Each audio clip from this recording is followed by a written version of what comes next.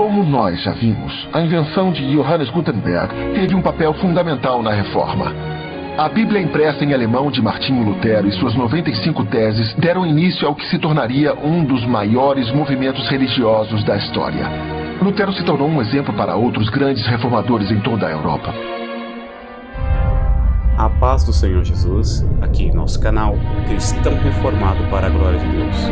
Hoje apresentando o tema Interpretação das Escrituras Sagradas. Deixe o seu like e não se esqueça de se inscrever no nosso canal e ative o sino das notificações para receber os próximos vídeos. 70 anos depois que a primeira Bíblia impressa foi feita por Gutenberg, outra Bíblia foi produzida. Isso rapidamente provocou a ira das autoridades inglesas. Durante o ano de 1520, um bravo inglês chamado William Tyndale trabalhou incansavelmente para traduzir, imprimir e introduzir seu Novo Testamento em inglês para milhares em sua terra natal. Como ele era capaz de traduzir do grego, sua tradução era mais precisa do que a de Wycliffe e dinamizou em muito a reforma na Inglaterra. Tyndale também deu ao povo mais do que apenas uma tradução. Tyndale reconheceu a importância do povo ter uma Bíblia em sua própria língua, mas ele também entendia a necessidade de o povo compreender o que estava lendo. Por isso, Tyndale trabalhou para produzir não apenas uma tradução precisa, mas também criou introduções para cada livro do Novo Testamento, que iriam ajudar o leitor a entender as Escrituras. Iluminação pelo Espírito Santo é necessária para interpretar corretamente as Escrituras. É essencial para um entendimento adequado e aplicação da Palavra de Deus na vida de alguém e na sua fé.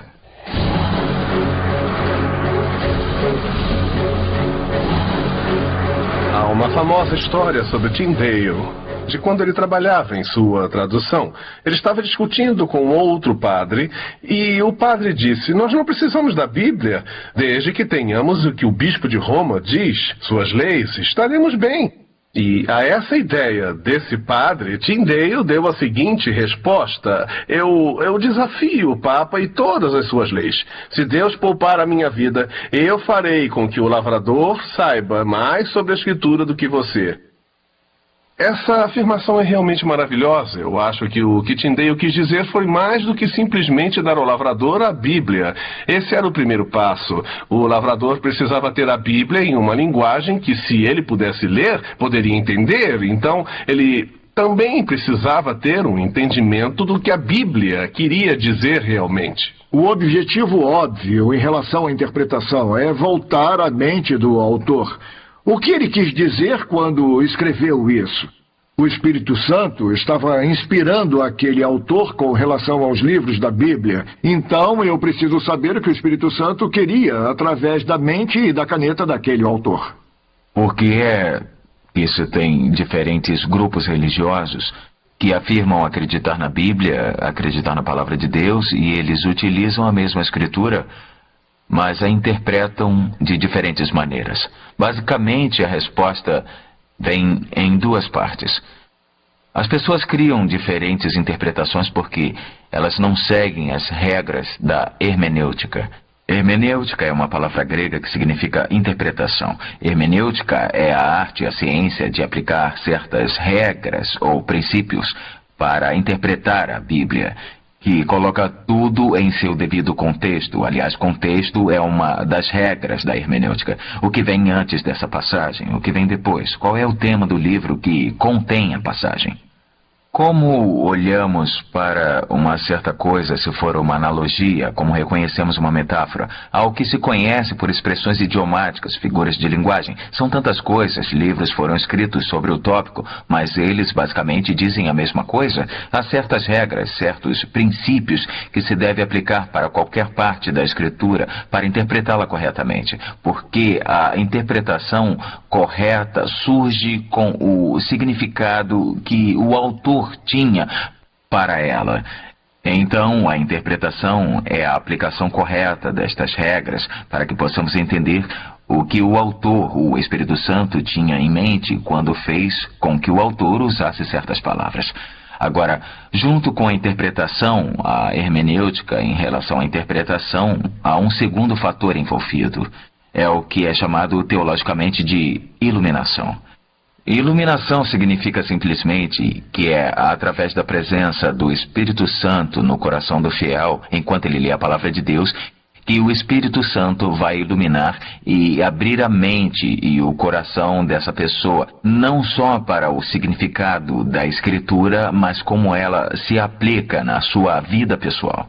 E essa é uma parte essencial, não só para entender a Bíblia, mas para fazê-la parte de nossas vidas. Um dos problemas do pós-modernismo é que o significado está no intérprete e não no autor propriamente dito. As pessoas dizem que significado é o que elas entendem. Isso nunca está correto.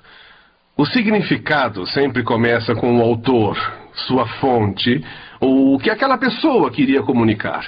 Isso é o objetivo. Se dissermos que significado é o que eu entendo, isso se torna muito subjetivo. Você pode ter um significado, eu posso ter outro, e talvez nunca iremos entender o que a pessoa realmente queria dizer. Isso é muito importante quando se trata da palavra de Deus, porque Deus é o autor de sua palavra e é essencial que entendamos e saibamos o significado dele, não a nossa interpretação sobre a palavra de Deus. William Tyndale fez um grande serviço pela causa de Cristo ao traduzir a Bíblia para o inglês vernacular dos idiomas originais. Sua inspiração foi Lutero. Martinho Lutero traduziu a Bíblia não do latim, mas do grego e hebraico original. Então, William Tyndale viu que precisava fazer isso com o inglês.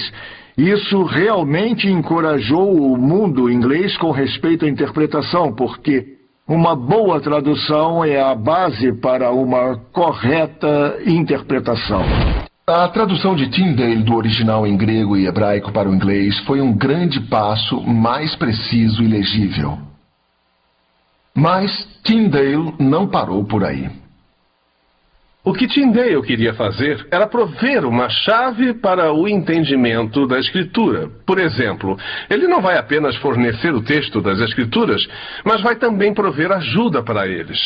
Como ele ia fazer isso? Ele faria isso ao escrever introduções para cada um dos livros. Ele faria notas explanatórias, explicaria termos teológicos. Aí então as pessoas não só poderiam ler as Escrituras, mas poderiam facilmente compreendê-las, entende? Muitas vezes eu me pergunto que tipo de questões passou pela cabeça de William Tyndale conforme ele pegava as Escrituras e começava a traduzi-las e interpretá-las. Como ele deve ter dependido do Espírito Santo. Ele não tinha os livros de hermenêutica. Ninguém nunca sentou e sistematicamente listou esses princípios, mas ainda assim ele tinha que utilizar esses princípios e vemos no trabalho dele, em sua interpretação, que ele certamente entendeu os princípios, mesmo não os tendo por escrito ou em suas mãos. Então, podemos mais uma vez agradecer a Deus por sua iluminação, que ele deu a homens especiais, como Tyndale, enquanto traduziam e interpretavam a palavra preciosa de Deus. Nós temos aqui uma cópia da segunda edição do Novo Testamento de William Tyndale, e talvez uma maneira de entender o quão importante ela é o contraste com a primeira edição. A primeira edição foi feita em 1526 e é chamada de Novo Testamento Worms. Tyndale fez isso numa época em que ele tinha acabado de sair da cidade de Colônia. Havia oposição e ele deu basicamente apenas o texto básico das Escrituras. E mais tarde, quando ele escreveu ou traduziu os livros de Moisés, o Pentateuco, ele estava vivendo na cidade de Antuérpia. Agora, os livros de Moisés foram traduzidos do hebraico e Tyndale adicionou, sim, as notas. Infelizmente, a maioria dessas notas eram antipapado por natureza. Ele condenava a Igreja de Roma, ele condenava o Papa, mas quando ele foi revisar esse Novo Testamento de 1526, que foi feito em 1534 na Antuérpia, a situação era um pouco diferente. Ele tinha um grau de liberdade, estava vivendo numa cidade aparentemente segura e teve uma oportunidade de revisar não apenas a linguagem, mas teve também a oportunidade de criar essa chave para o entendimento da Escritura. Por exemplo, ele escreve uma longa introdução explicando o fato de que ele revisou o texto de acordo com o Novo Testamento grego, que corrigiu erros, e está agora escrevendo introduções para os livros, e está dando definições de palavras que são importantes que o povo saiba. O livro é aberto num prólogo que ele escreveu para o livro de Romanos. Tyndale via Romanos como o livro mais importante, porque nele nós temos o Evangelho de Jesus Cristo. E o prólogo de Romanos explica como alguém pode não apenas ler a Escritura, mas lê-la com entendimento, para que possam receber a salvação pela fé que Deus prometeu a eles. Temos que nos lembrar que, quando estudamos a vida de William Tyndale, tudo o que ele fez foi feito numa época em que a Bíblia ainda era ilegal. Então, esse Novo Testamento de 1526 era considerado um livro ilegal. Ele era confiscado pelo bispo de Londres e queimado também. A mesma coisa aconteceu com seu Pentateuco de 1530 e ainda era verdade nessa segunda edição do Novo Testamento. Ainda eram considerados livros ilegais, e isso explica por que tão poucos sobreviveram aos dias de hoje. Muitos deles eram confiscados, queimados, outros partidos em pedaços. Então temos sorte de ainda termos esses 6 ou 8 que sobreviveram. Embora William Tyndale tenha pago um alto preço pelo seu trabalho, foi a cuidadosa provisão e proteção de Deus que permitiram que ele desse ao povo uma tradução mais precisa da Bíblia em inglês. Na verdade, 85% do Novo Testamento de Tyndale iriam logo se tornar a base para a versão King James, publicada pela primeira vez em 1611.